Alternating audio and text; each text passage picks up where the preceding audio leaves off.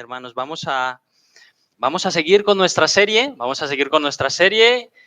del Evangelio de Juan, conociendo a Jesucristo.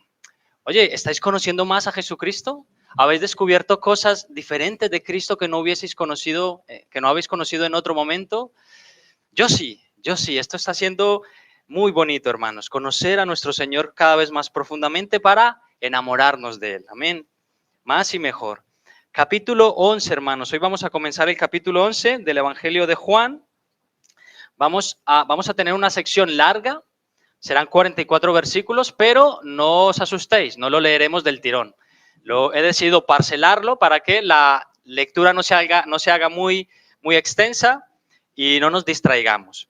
Hermanos, hace 2 semanas estuvimos con el Señor Jesucristo allí en el templo. ¿Lo recordáis? En una fiesta conocida como la fiesta de la dedicación. Si hacemos un poco de memoria, recordemos que estábamos allí en el templo en pleno diciembre, ¿no? Fresquito, estaban allí los apóstoles con su chaquetón, ¿no? Porque hacía un poco de fresco y era invierno, ¿no? Y los judíos se reunieron allí para celebrar esta fiesta también conocida como el Hanukkah o la fiesta de las luces. Hicimos un poco de historia recordando de dónde provenía la fiesta, pero hermanos, el maestro estuvo allí y como de costumbre, unos cuantos problemas tuvo con unos cuantos judíos que le increpaban constantemente. ¿Por qué? Porque no toleraban su mensaje, no toleraban la presencia misma del Señor Jesucristo.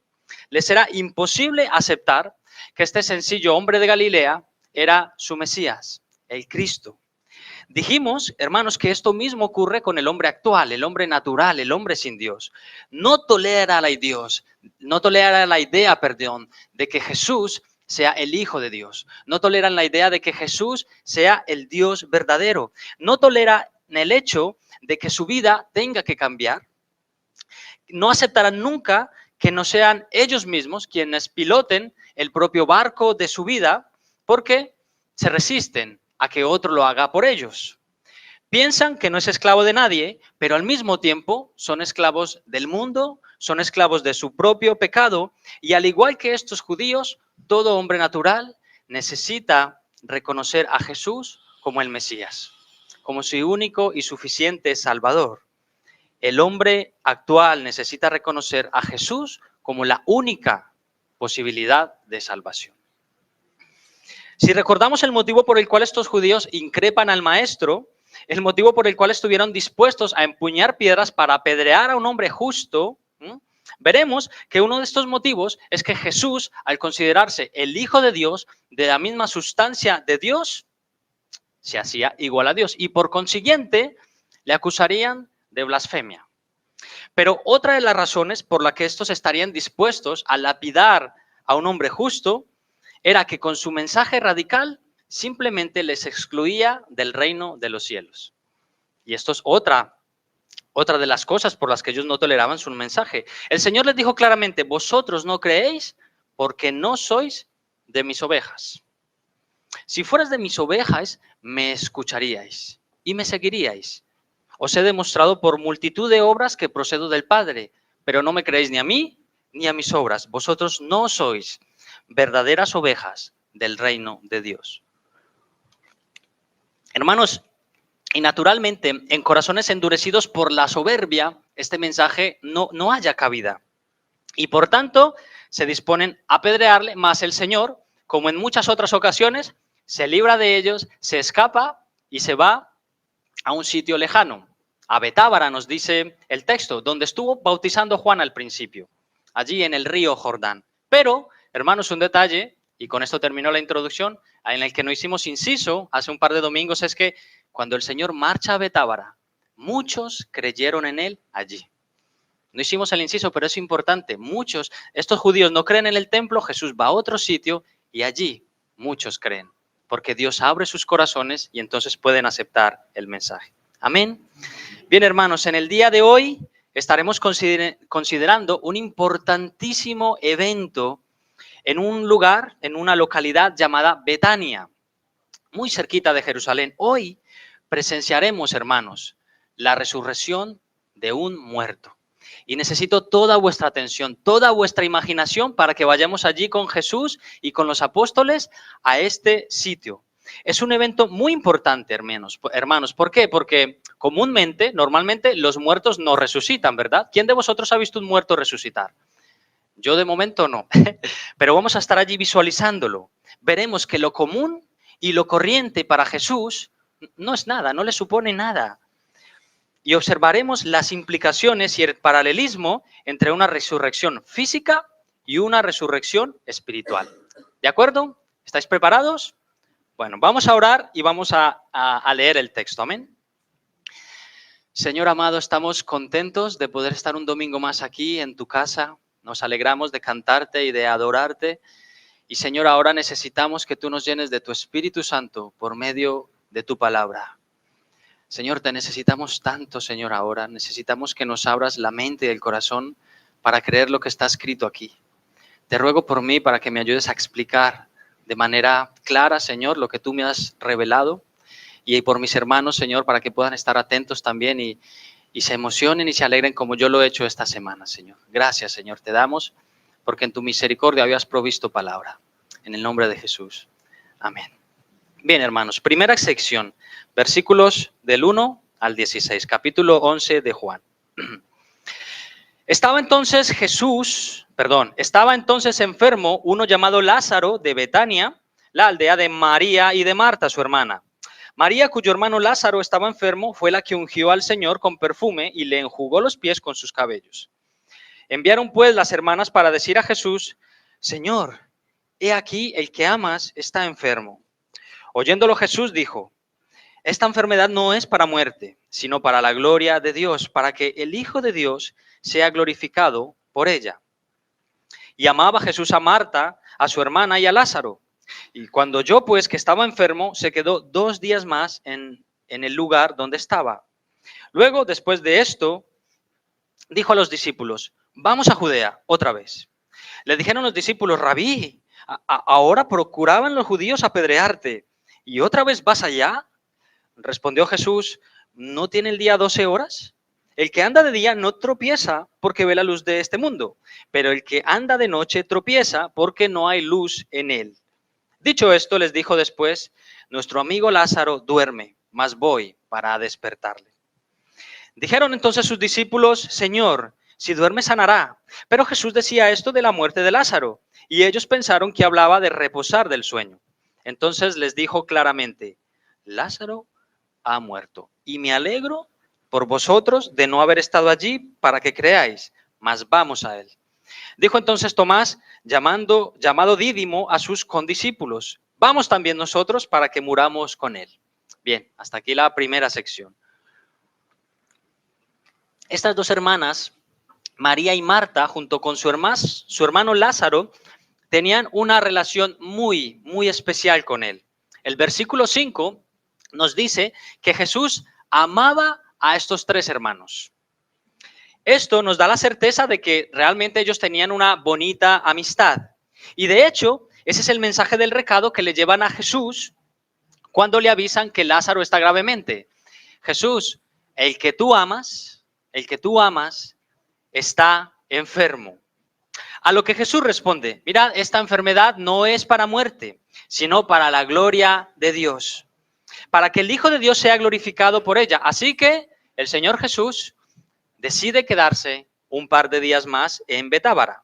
Y durante este breve periodo de tiempo, hermanos, nosotros sabemos que Lázaro fallece, muere, a causa de su enfermedad, y que no es hasta después de 2 días más que Jesús va a atender el llamado de sus amigas. Bien, el primer punto que quiero tocar hoy aquí, hermanos, es la enfermedad. La enfermedad.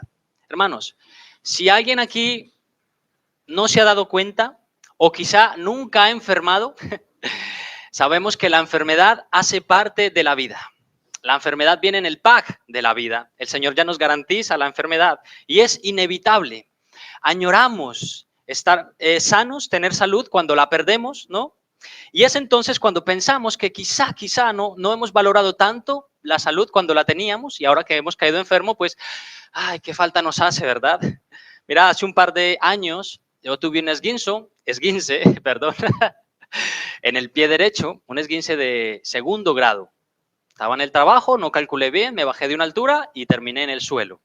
Bien, hermanos, estuve un tiempo andando con muletas, muchos días de rehabilitación y yo pensaba que esto no va a terminar bien, no voy a poder caminar bien, ya llevo muchos meses y esto no se cura del todo. ¿Cuánto deseaba andar bien, verdad?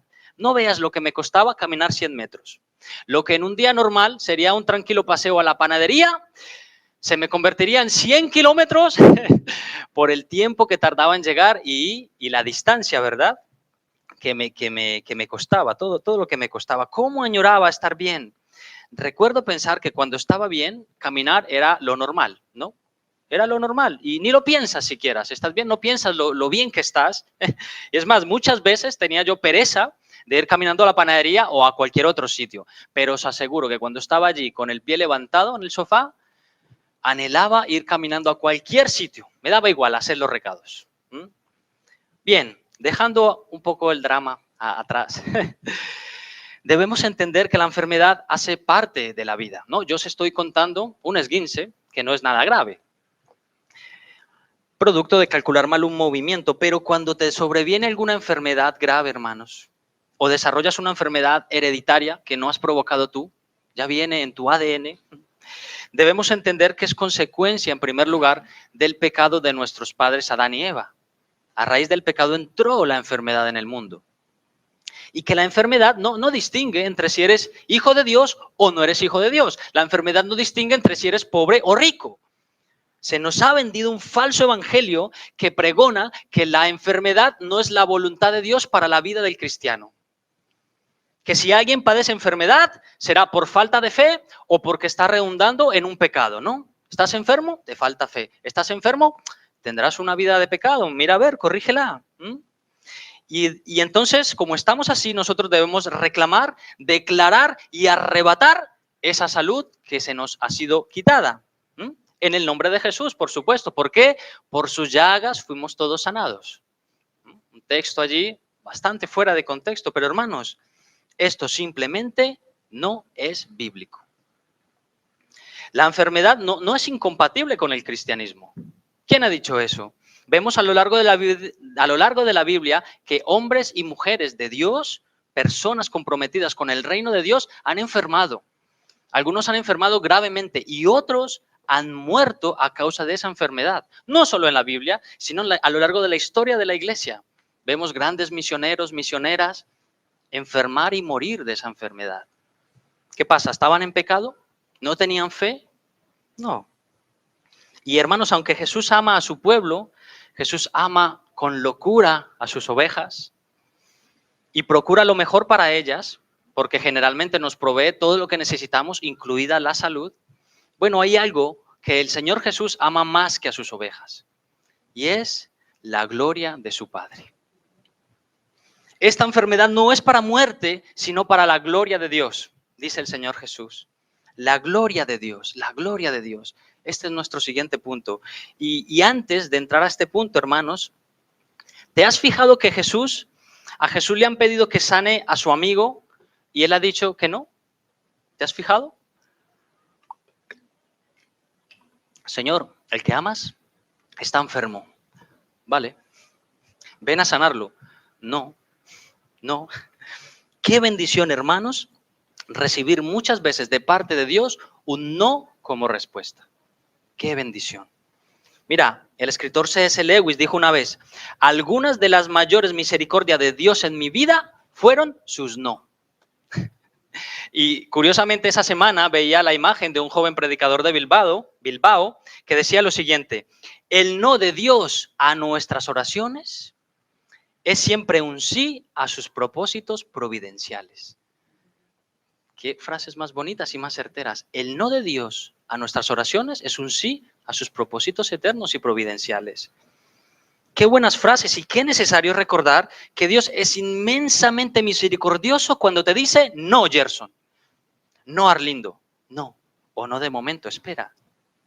Porque Él sabe qué es lo que nos hará bien. Dijo no a sus amigos, no le voy a sanar de momento, pero nadie lo sabía, solo Él. Y es que, iglesia, el Señor ama intensamente a su iglesia, ¿no? De tal manera amó Dios al mundo que ha dado a su Hijo unigénito para que todo aquel que en él crea no se pierda, mas tenga vida eterna. ¡Qué amor, hermanos! El de Dios. Ha dado lo más valioso, a su Hijo. Entonces, nos ama, nos ama. Pero si hay algo que el Señor ama más que nada, es a su propio Padre. La gloria del Padre, el honor de su Padre, la sonrisa del Padre. Dios tenía un plan con la muerte de Lázaro. No notamos en la conversación que el Señor Jesús estuviese sorprendido, ¿no? Su amigo estaba enfermo y se lo toma con naturalidad. Jesús les dice que esta enfermedad no es para muerte y que aunque parezca que es contradictorio o contraproducente, porque él dice que no es para muerte, pero muere, entonces, ¿qué pasa aquí, no? No, el Señor tiene un plan, un propósito con la muerte de su amigo, y ya haremos un poco de inciso más adelante. Ahora bien, el tema aquí, hermanos, es esta bendita expresión. Esta enfermedad es para la gloria de Dios.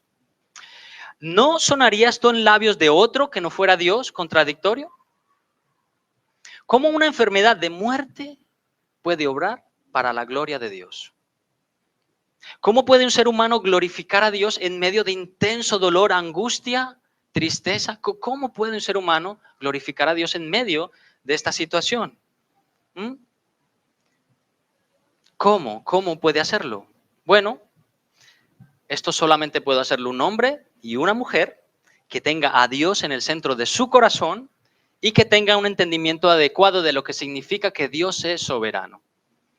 El mundo, las personas sin Dios, enloquecen cuando les sobrevienen las pruebas, las tristezas, los dolores, las aflicciones, pero no un hombre y una mujer de Dios. Creo que uno de los ejemplos más claros, hermanos, que nosotros tenemos en las Escrituras, de esto que os estoy hablando, aparte de nuestro Señor Jesucristo durante su pasión, es a un hombre llamado Job. ¿Os acordáis de Job? Hermanos, qué hombre más sufrido, qué vida más triste y chunga la que tuvo que vivir el pobre Job. Este hombre justo que amaba a Dios y se dedicaba a servirle constantemente, en un solo día, hermanos, en un solo día perdió todos sus rebaños, sus animales y sus trabajadores. Es decir, su empresa en un solo día quebró. No tenía nada, ni siquiera trabajadores porque estaban muertos. Y en el mismo día, todos sus hijos mueren por una catástrofe natural. ¡Buah! Pobre hombre. Después de aquello, al justo Job le sobreviene una terrible enfermedad en la piel, como si fuera poco. Vienen sus amigos que supuestamente vienen a consolarle, pero terminan hundiéndole más porque terminan acusándole de que todo lo que le ha venido es culpa de su pecado. Y por si fuera poco, hermanos, por si fuera poco, su mujer, lo único que le quedaba a él para animarse, viene y le dice: Job, maldice a tu Dios y échate a morir. Pobre Job. Job tenía suficientes argumentos como para levantar su queja contra el cielo y preguntar: Dios, ¿por qué yo? ¿Por qué a mí? ¿Y por qué tanto sufrimiento? ¿Por qué? Pero ¿sabes lo que dijo este hombre? Sus palabras son impresionantes, hermanos. En el capítulo 1 y Job, mira lo que él dice. En el capítulo 1, versículo 21. El Señor dio, el Señor quitó. Sea el nombre del Señor bendito. Hermanos, qué visión de la soberanía de Dios. Impresionante. Y a su mujer, ¿sabes lo que le respondió? ¿Qué? En Job capítulo 2, versículo 10. ¿Qué? ¿Recibiremos de Dios el bien y el mal no lo recibiremos? Cuando estábamos bien de salud, cuando teníamos a nuestros hijos comiendo juntos, cuando la empresa marchaba bien, cuando teníamos trabajo, no dábamos gracias a Dios y le glorificábamos. Y ahora que no tenemos nada, ¿qué? ¿Vamos a blasfemar a Dios? ¿Vamos a reprocharle? ¿Vamos a alejarnos de Él? ¿Recibiremos de Él solo el bien y no el mal, iglesia? En todo esto no pecó Job. Y hermanos, y no utilizo yo este texto para decirte que no duele. No quiero no tener tacto. No utilizo esto para decirte que no duele, que no se pasa mal, que no se sufre, que debes permanecer con una sonrisa cuando estás enfermo, cuando estás agobiado o agobiada. No.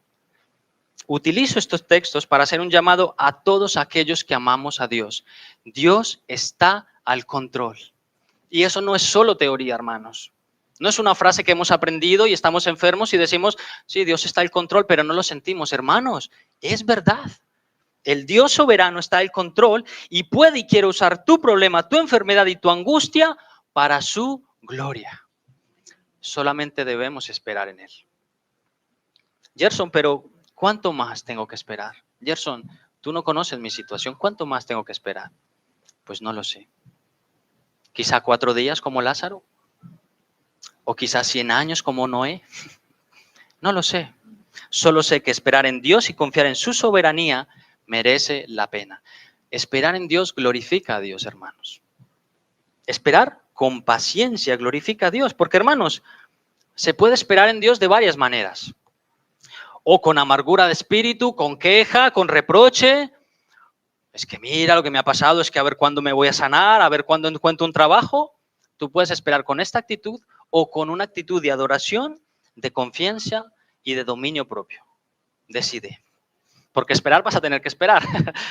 Decide cómo vas a esperar en el Señor.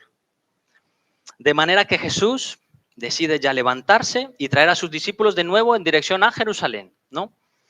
Y hemos dicho al principio que Betania estaba allí muy cerquita de Jerusalén. Luego nos va a decir el texto a cuánta distancia estaba. Y es por eso que sus discípulos le recuerdan a Jesús. Rabí, ¿tú recuerdas que hace unas cuantas semanas, unos pocos meses, estábamos en el templo y nos iban a matar a pedradas? Sí. ¿Y quieres volver allá, Señor? Sí, vamos. A lo que el Señor Jesús responde, no os preocupéis, el que anda de día no tropieza, pero el que anda de noche no tropieza. Vamos, yo no tengo nada que esconder. Vamos a Jerusalén, vamos a Betania, tenemos que seguir haciendo la obra de Dios. Hermanos, los que andan de día, es decir, los que andan en la luz de Dios, y esto se refiere, ¿no?, a aquellos que tienen su conciencia tranquila. No se ha dicho siempre el que tiene, si tú no tienes nada que temer, pues ve, no tienes nada que temer. Los que no tienen nada que les atormenta, los que no tienen nada lo que les persigue, pueden andar tranquilamente delante del Señor. Pero el que anda en la oscuridad de una vida corrupta sin Dios, tiene esa continua sensación de que algo anda mal. Le persigue su conciencia que Dios nos puso ahí. Y anda con temores, no tiene completa seguridad de nada. Y por cierto, hermanos, ya que lo hemos nombrado, y aunque sé que el contexto de lo que está hablando el Señor Jesús aquí es muy, muy claro, me arriesgo a intentar forzar ahora un pretexto, pero me voy a arriesgar, ¿de acuerdo?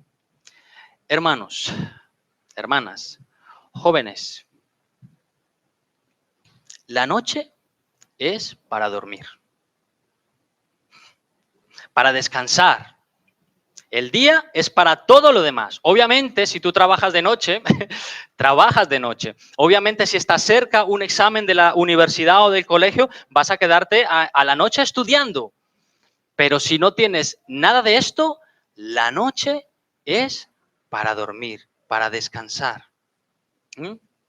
O como nos pasó hace muy poco, que fuimos a visitar a la familia Cáceres y nos quedamos hasta las 5 de la mañana hablando de cosas y cosas de la vida del Señor, de la iglesia, de amigos, hasta las 5 de la mañana. Y al día siguiente a la iglesia, reventados. Pero ahí estábamos. Joven, ¿qué haces tanto en la noche, querido joven? Adultos también, ¿eh? Trastornando tu sueño, invirtiendo el precioso descanso en las pantallitas que luego va y te revienta todo el día. Debes despertarte en la mañana para echar una mano en casa, para ir a estudiar o para venir a la iglesia. Pero estás tan cansado de dormir tan poco, con tantas ideas en la cabeza que entraron ahí justo en la noche con la pantallita, que ya no puedes ni pensar, porque te dice lo que tienes que pensar. ¿Y sabes qué? No eres persona en la mañana. Vas a clase y no prestas atención. Estás tan cansado que vas al trabajo y no rindes. Y ¿sabes qué? Estás tan cansado que vienes a la iglesia y te duermes en el sermón. Porque la noche es para descansar y no lo has hecho. Iglesia, ya me conocéis. Lo digo con cariño, ¿vale? Estoy viendo caras. No lo toméis a mal. Intento decirlo con tacto, con cariño, pero es una verdad que tiene que ser dicha.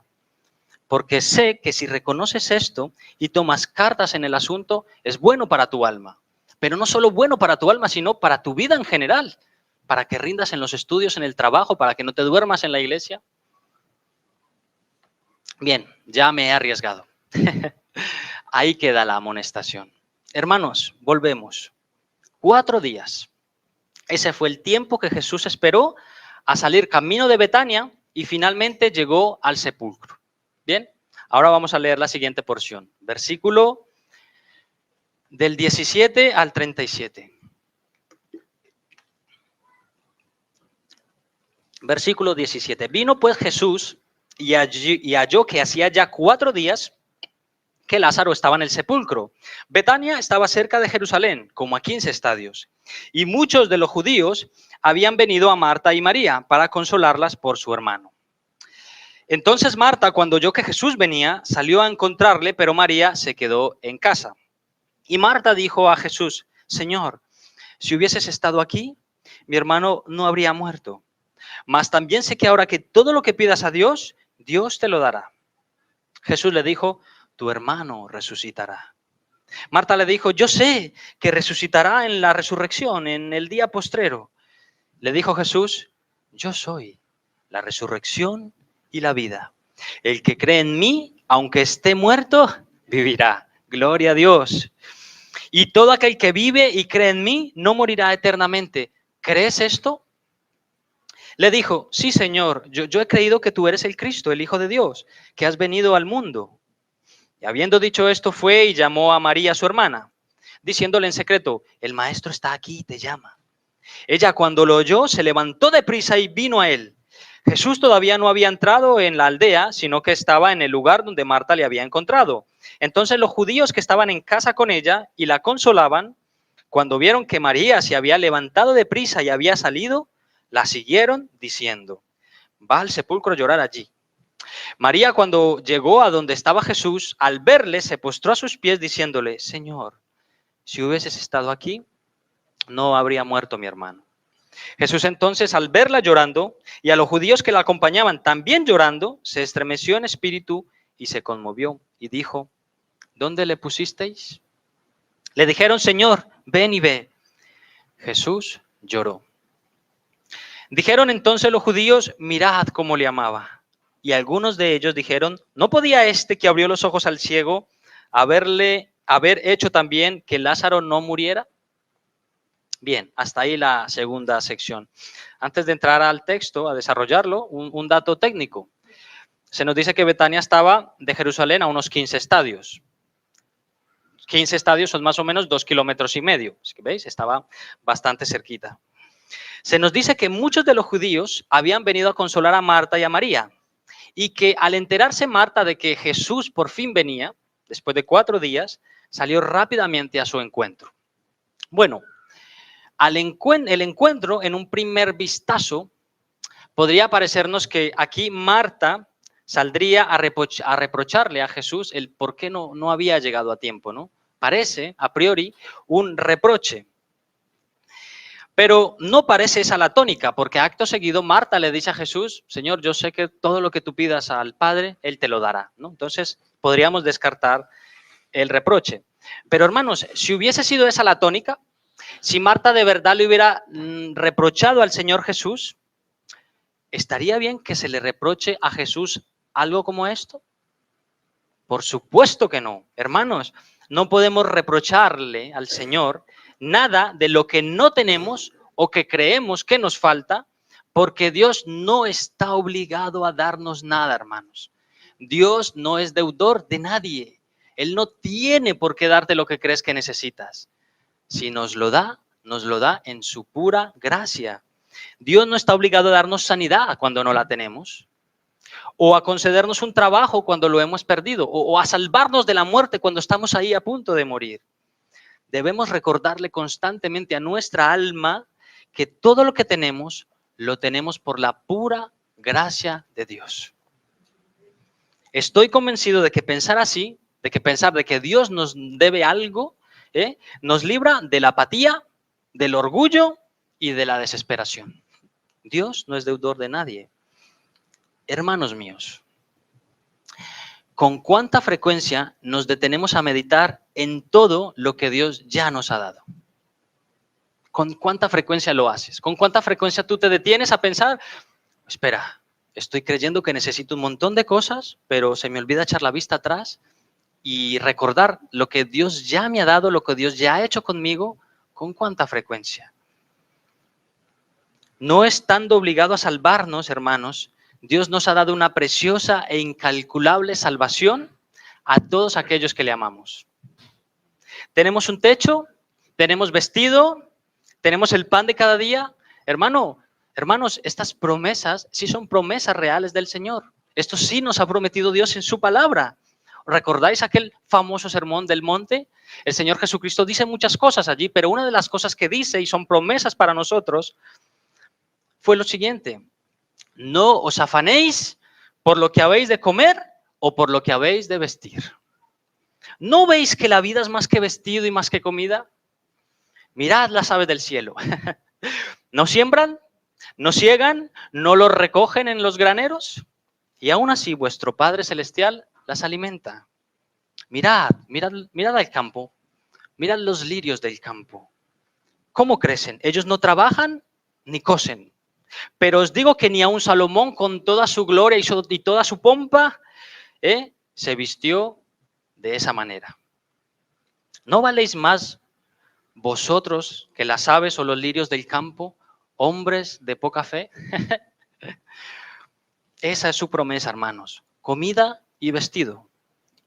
Pero no añadamos más a la lista, hermanos. Hay gente que se la pasa añadiendo, Dios me ha prometido, me ha prometido, me ha prometido, y no se cumple y entra en desesperación. Hermanos, comida, y no la mejor comida, no siempre. Vestido, pero no la mejor ropa siempre. Como Dios me ha prometido ropa, me voy a... Es que no conozco las tiendas caras. El Zara es caro, no, el Zara no es caro, ¿no? Pedro del Hierro, que lo vi el otro día. Como Dios me ha prometido ropa, la ropa más cara. No, no siempre. No siempre. Qué maravilloso, hermanos. Qué maravilloso. Es que podamos pensar de esta manera. Todo lo que tenemos, lo tenemos por pura gracia. Y mirad la respuesta ahí en el versículo 23 que hemos leído. Jesús le dijo, tu hermano resucitará. Y Marta le dice, sí, Señor, ya lo sé, ya lo sé. En aquel día, ¿verdad? En el juicio final, en el día postrero, ¿no? Marta, mírame. Yo soy la resurrección y la vida. El que cree en mí, aunque esté muerto, vivirá. Qué maravilloso, hermanos. ¿Lo veis conmigo? Estas palabras son todo el aliciente, todo el estímulo que nosotros necesitamos para vivir una vida para Dios. Coldo, Francia, Andrés, Ainara, aunque pierdas la vida, vivirás eternamente. Tremendo. Esto echa fuera el temor, hermanos. Es que si nos quitan la vida, lo máximo que pueden hacer es mandarnos con nuestro Señor. O sea, bien. Qué tremendo aliciente. La razón, hermanos, por la que tememos la enfermedad es porque podemos morir. La razón por la que tememos la enfermedad es porque pueden quedarnos secuelas en la vida, podemos enfrentar una vida difícil. La razón por la que tememos a la muerte es porque si yo me voy, dejo a mi mujer y a mis hijos sola, pensar en ello nos da temor, ¿verdad? Nos da temor. Y es natural, es natural. Pero al final, hermanos, nosotros sabemos que tenemos un final feliz. Y ahí debe estar puesta nuestra vista, allí. Un poco de sufrimiento, pero una gloriosa resurrección. Una vida eterna con Dios, sin dolor, sin llanto, sin angustia. No sé, hermanos, sin el peso del pecado. Yo estoy deseando sentirme así. Sin el peso del pecado, sin dolor. ¿Quién de vosotros queréis sentiros así? Pues, bueno, para ello hay que morir, ¿vale?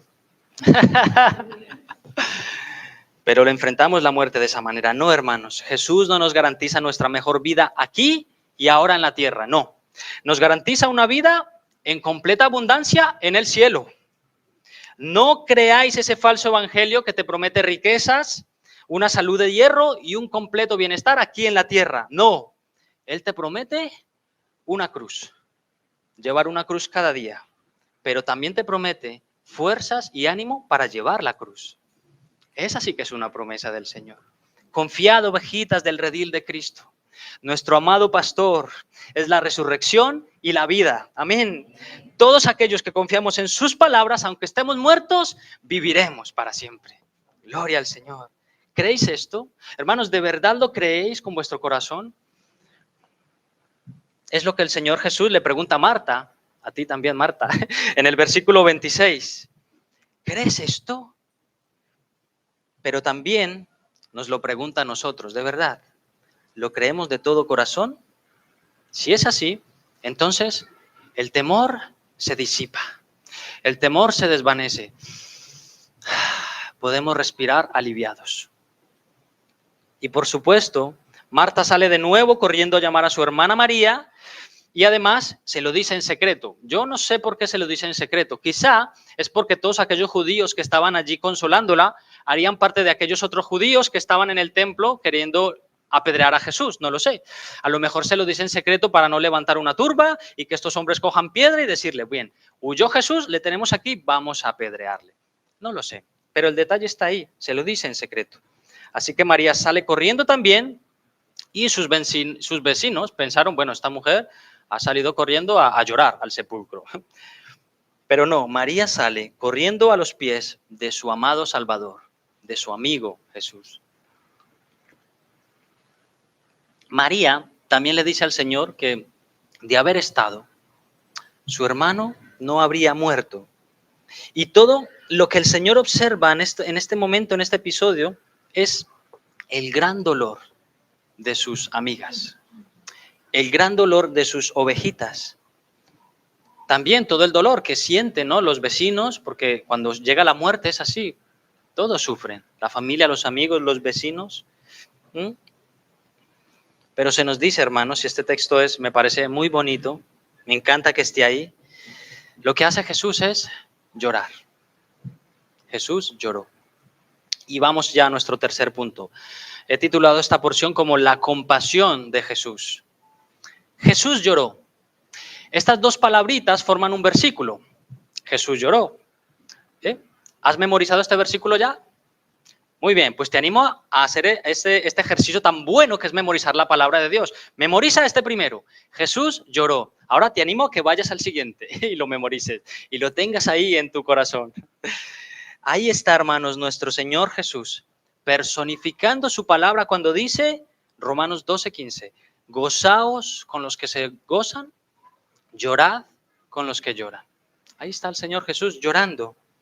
Quienes estaban presentes al verle exclamaron, mirad cómo amaba a Lázaro. Por supuesto, hermanos, el Señor ama a sus amigos. Ama con todo su corazón a todos aquellos por los que dio su vida, ya lo hemos dicho. Pero si tú eres una oveja genuina de Cristo, si tú de verdad eres una ovejita del redil del Señor, Cristo te ama. ¿Cuántas veces te han dicho esto? ¿Cuántas veces se lo ha recordado a tu alma? Cristo te ama. ¿Y por qué parece que a veces no es suficiente el amor de Cristo? Perdemos nuestra vista de su amor y empezamos a mirar algo que nos llene más, que no sea Él. Pero iglesia, Cristo te ama. Si esa no es tu máxima motivación, entonces, ¿qué más puede hacerlo? Si tu máxima motivación no es que Cristo te ame, no sé qué más puede hacerlo. Y esto nos recuerda con fuerza algo muy simple, hermanos. Que Jesús haya llorado nos recuerda que Dios también siente. ¿Cuántos sabíais que Dios también siente? Lógico, ¿verdad? Dios es el creador de los sentimientos. Nosotros hemos sido creados a la imagen y semejanza de Dios. Podemos sentir gozo, admiración, podemos sentir enfado, empatía, ira. Y cuando tenemos esos sentimientos, hermanos, son muy reales para nosotros, ¿verdad? Cuando tú sientes gozo, eso es muy real. Cuando tú sientes enfado, eso es muy real también, ¿no? Pero recordemos que cuando Dios siente estas cosas, Él sí que las siente de verdad. Dios siente de verdad. Por eso digo que cuando Dios siente amor por ti, siente todo su ser amándote. Lo siente de verdad. Cuando Dios siente celo por ti, lo siente de verdad. Te cela con amor eterno, oveja de Cristo. Cuando Dios se admira de algo o se goza de alguien, lo hace de verdad. Dios se alegra, se goza de verdad. Cuando Dios siente ira, la siente de verdad. Cuando Dios abomina y desprecia algo o a alguien, lo siente de verdad, con justo sentimiento. Esta parte quizá no nos gusta más. No podemos quedarnos solo con una parte, hermanos. Nos gusta pensar que cuánto ama Dios a sus criaturas, ¿no? Cuánto ama Dios a sus hijos. Pero se nos olvida pensar que Dios también aborrece. Y esto también es parte de sus atributos. No podemos concebir el amor de Dios sin su ira. Yo recuerdo, y Camila también te acordarás, fuimos a visitar a unos hermanos, una parejita de hermanos, fuimos a comer con ellos y demás, hace algunos meses, y teníamos una conversación en la que uno de ellos nos decía, puesto que Dios es amor, Él no puede sentir ira. No, estaba equivocado. De hecho, para que Dios pueda amar, a la vez debe odiar. Buah, madre mía, Gerson, lo que estás diciendo. Bueno, permíteme demostrártelo. Si yo te preguntara a ti si tú amas a los niños, ¿amas a los niños? ¿No? Cualquier niño, ¿qué me responderías? ¿No? Tú ves a un niño pequeñito ahí, adorable, tranquilitos, cuando son tranquilitos, esa imagen tierna de un bebé, de un niño. ¿Qué sientes cuando un niño de estos es secuestrado, explotado sexualmente, torturado y asesinado? ¿Qué sientes? Rabia, ¿no? Ira. Y por cierto, acaba de salir una peli en Estados Unidos que rogamos a Dios que llegue pronto aquí, Sound of Freedom, Sonido de Libertad, hermanos, para que vayamos todos al cine a verla. Por favor, cuando venga aquí vamos a ir toda la iglesia a ver esa peli, necesitamos apoyarla. ¿Qué sientes? ¿Qué sientes? ¿Qué sientes cuando un niño inocente es raptado, secuestrado, torturado y asesinado? Ira contra los que le hacen estas cosas a los niños. Tú no puedes decir que amas a los niños si te da igual que hayan por ahí hombres violando y secuestrando a los niños. No puedes decir, si te da igual lo que ocurra con esas personas, tú no amas a los niños de verdad. Amamos a nuestros niños cuando los protegemos de los malvados. Amamos a nuestros niños cuando los protegemos de esas ideologías que intentan contaminar y colonizar sus pequeñas y tiernas mentes. ¿Entiendes el ejemplo? No sé si se me entiende. No puedes amar algo sin aborrecer aquello que destruye ese algo. Van conectados. Dios ama a sus criaturas y con especial atención y cuidado a sus hijos, a las ovejas de su Hijo Jesús, pero a la vez, y mira este salmo, Salmo 7, versículos 11 y 12. A la vez que Dios ama, Salmo 7, versículos 11 y 12, se nos dice, Dios es justo y está airado contra el impío todos los días. Si no se arrepiente, él afilará su espada. Armado tiene ya su arco y lo ha preparado. Hermanos, ¿Dios siente ira? Es claro, está airado contra el impío, contra los torturadores de niños todos los días. Y si no se arrepiente, él afilará su espada porque está preparada. Dios emitirá un juicio final contra los impíos, todos aquellos hombres y mujeres que han hecho el mal en esta tierra y aún aquellos que han muerto y nunca fueron juzgados por un tribunal, todos aquellos que murieron malvados, pero ricos, con la tripa llena, andando en diferentes placeres y murieron y nunca recibieron un juicio, del tribunal de Cristo no escapará. Y esto también nos da esperanza a nosotros. El Dios justo juzgará todas las cosas.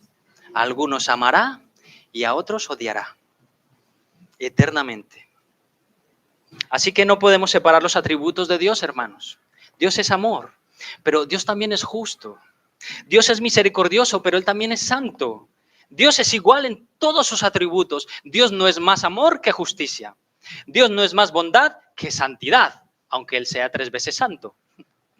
es igual en sus atributos. Así que ahí tenemos a nuestro Señor, hermanos, llorando por sus amigos, sintiendo también sus angustias. ¿Sabes una cosa? Cuando estás en lo profundo de tu desesperación, cuando estás ahí en tu agujero, en las congojas de tu alma, ¿sabes? Cuando estás ahí, incluso en tus alegrías y en tus éxitos, el Señor está ahí contigo. El Señor está ahí contigo, alegrándose contigo o llorando contigo. Jesús es la empatía en persona. Y he estado pensando esta semana, Señor, ¿cómo puedo ilustrar esto para dar un ejemplo para que lo entendamos mejor? Y me encontré, recordé un vídeo que había visto hace años y que hemos visto en algún momento en la iglesia, pero sé que no todos lo hemos visto. Por eso lo he dejado, si no os importa, para el final de la predicación y del culto. Es un vídeo que dura 4 minutos que creo que han conseguido captar muy bien esto. El Señor está contigo en cualquier situación. ¿De acuerdo? Vamos a dejarlo para el final. Avanzamos. Por supuesto que están ahí en el sitio los listos de turno, ¿no? Versículo 37. ¿No podía este que abrió los ojos al ciego haber hecho también que Lázaro no muriera? Uf, hermano, cómo me irritan estos gruñones ahí, ¿verdad? Qué insensatos. Un momento tan sentimental, tan delicado, que están ahí intentando consolarse los unos a los otros, abrazarse los unos a los otros, y vienen estos a meter cizaña. Míralo, míralo cómo llora. Que se deje de lagrimitas, haber llegado a tiempo para sanar a su amigo. ¿No decía que lo amaba tanto? Pues ahí está su amor, mírale. Le ha dejado morir. Uf. Si Cristo es la empatía en persona, estos gruñones son la apatía, la indiferencia y la insensibilidad en persona. Y de alguna manera, hermano, nosotros podríamos pensar, bueno, ¿por qué el Señor Jesús no sanó a Lázaro a la distancia? ¿No lo había hecho en otra ocasión?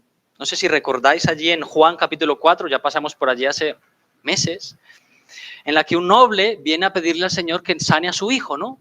Y el Señor Jesús ve la fe de este hombre y le dice, vale, tu hijo es sano, tu hijo vivirá, vete a casa. El hombre mira la hora, se va corriendo, al día siguiente llega y sus siervos salen y le dicen, Señor, tu hijo se ha sanado. Y él le pregunta, ¿a qué horas fue? Le dijeron, a las 4:32. Justo en el momento en el que el Señor Jesús dijo, sana. Porque yo me grabé la hora ahí a fuego y son las 4:32. ¿Lo recordáis? El Señor Jesús pudo haberle sanado a la distancia, con su voz. Pero Jesús tenía otro plan. Jesús tenía otro plan. Cuando no entendemos muy bien, hermanos, por qué el Señor actúa de unas maneras así y otras veces asá, por qué a mi hermano le ha sanado tan pronto y a mí no, por qué a mi hermana le ha dado un trabajo tan bueno ya y a mí no, hermanos, debemos descansar en la soberanía de Dios y recordarle a nuestra alma, oh profundidad de las riquezas y la sabiduría del conocimiento de Dios. Cuán insondables son sus juicios e inescrutables sus caminos. Pues, ¿quién ha conocido la mente del Señor? ¿O quién llegó a ser su consejero? ¿O quién le ha dado a él primero para que él se le tenga que recompensar? Porque de él y por él y para él son todas las cosas. A él sea la gloria para siempre. Amén. Amén. Romanos 11, versículos 33 al 36. Por supuesto, Jesús tenía un plan mucho mayor, un plan que va a glorificar a Dios el Padre, va a traer honra a su propio nombre y va a cerrar la bocaza de aquellos impíos apáticos. Leamos, hermanos, la siguiente porción y llegamos al final. Versículos del 38 al 44, capítulo 11. Versículo 38. Jesús, profundamente conmovido, otra vez vino al sepulcro. Era una cueva y tenía una piedra puesta encima. Dijo Jesús, quitad la piedra. Marta, la hermana del que había muerto, le dijo, Señor, hiede ya, porque es de 4 días. Jesús le dijo, ¿no te he dicho que si crees verás la gloria de Dios? Entonces quitaron la piedra de donde había sido puesto el muerto y Jesús, alzando los ojos a lo alto, dijo, Padre, gracias te doy por haberme oído. Yo sabía que siempre me oyes, pero lo dije por causa de la multitud que está alrededor, para que crean que tú me has enviado. Habiendo dicho esto, clamó a gran voz, Lázaro, ven fuera. Y el que había muerto salió, atadas las manos y los pies con vendas y el rostro envuelto en un sudario. Y Jesús les dijo, desatadle y dejadle ir. Qué glorioso, hermanos, una resurrección en vivo y en directo. Marta no puede creer lo que va a ocurrir a continuación. Jesús está ahí profundamente conmovido y manda a quitar la piedra del sepulcro, con todo lo que ello conlleva, ¿no? Marta, ay, Señor, pero que lleva ya 4 días muerto, a pesar de los ungüentos y las especias con las que le hemos envuelto, ahí dentro tiene que apestar eso a muerto, Señor. Señor, ya sé que resucitará. Dejémosle descansar en paz. Yo sé que Él resucitará en el día postrero. Déjale muerto, Señor. Oh, Marta, Marta, ¿no te he dicho que si crees verás la gloria de Dios? Quizá Marta estuvo en aquel día con el Señor cuando Él alimentó a 5,000 personas, ¿os acordáis? También pasamos por ahí, donde al día siguiente vinieron a buscar al Señor Jesucristo una multitud porque Jesús les alimentaba, les daba pan, y en aquel momento el Señor, lleno de misericordia, les enseña y les dice en Juan capítulo 6, y esta es la voluntad del Padre, el que me envió, que de todo lo que me diere no pierda yo nada, sino que lo resucite en el día postrero. Y esta es la voluntad del que me ha enviado, que todo aquel que vea al Hijo y cree en Él tenga vida eterna. Y yo lo resucitaré en el día postrero. Ay, quizás estaba Marta ahí con esas palabras del sermón de aquel día. Marta estaba pensando ya en el cielo. Pero Jesús estaba a punto de mostrar de nuevo su gloria. Y fijaos qué interesante el planteamiento de Jesús, hermanos. Todo lo contrario a lo que este mundo nos ofrece. El mundo te dice, ver para creer, ¿no? Hasta que yo no lo vea y lo compruebe con estos ojitos, no voy a creer. Pero Jesús invierte ese patrón y les dice, es que fijaos, hermanos, la lógica de Dios, la economía de Cristo. Si crees, verás la gloria de Dios. Primero cree, primero pon en actividad tu fe. Y entonces se alumbrarán tus ojos y contemplarás la gloria de Cristo. Primero cree y luego verás la gloria de Dios. Y aquí ya, este es nuestro último punto. Jesús, la resurrección y la vida. De manera que allí está el Señor Jesús, delante de la tumba de su amigo, con mucho llanto alrededor, está aún limpiándose sus lágrimas porque estaba llorando, profundamente conmovido, y ordena, quitad la piedra. Yo pensaba, hermanos, en ocasiones creo que somos muy teóricos con la palabra del Señor, ¿no? La hemos memorizado, hemos adquirido las ideas de la Biblia, como Marta. Sabemos que el Señor tiene poder para sanar, el Señor tiene poder para animar, para hacer todo aquello que necesitamos, ¿no? Y cuando el Señor se dispone a hacer algo maravilloso con nosotros, somos tan técnicos, tan teóricos, que llegamos ahí con nuestra continua falta de fe y desanimamos al Señor, ¿no? Entendedme la expresión. Dios está a punto de hacer algo maravilloso y nuestra falta de fe llega ahí y entonces el Señor se echa para atrás y como que le desanimamos, ¿me entendéis? El Señor no se desanima, ¿vale? Pero ese es el concepto. Que no haga nada.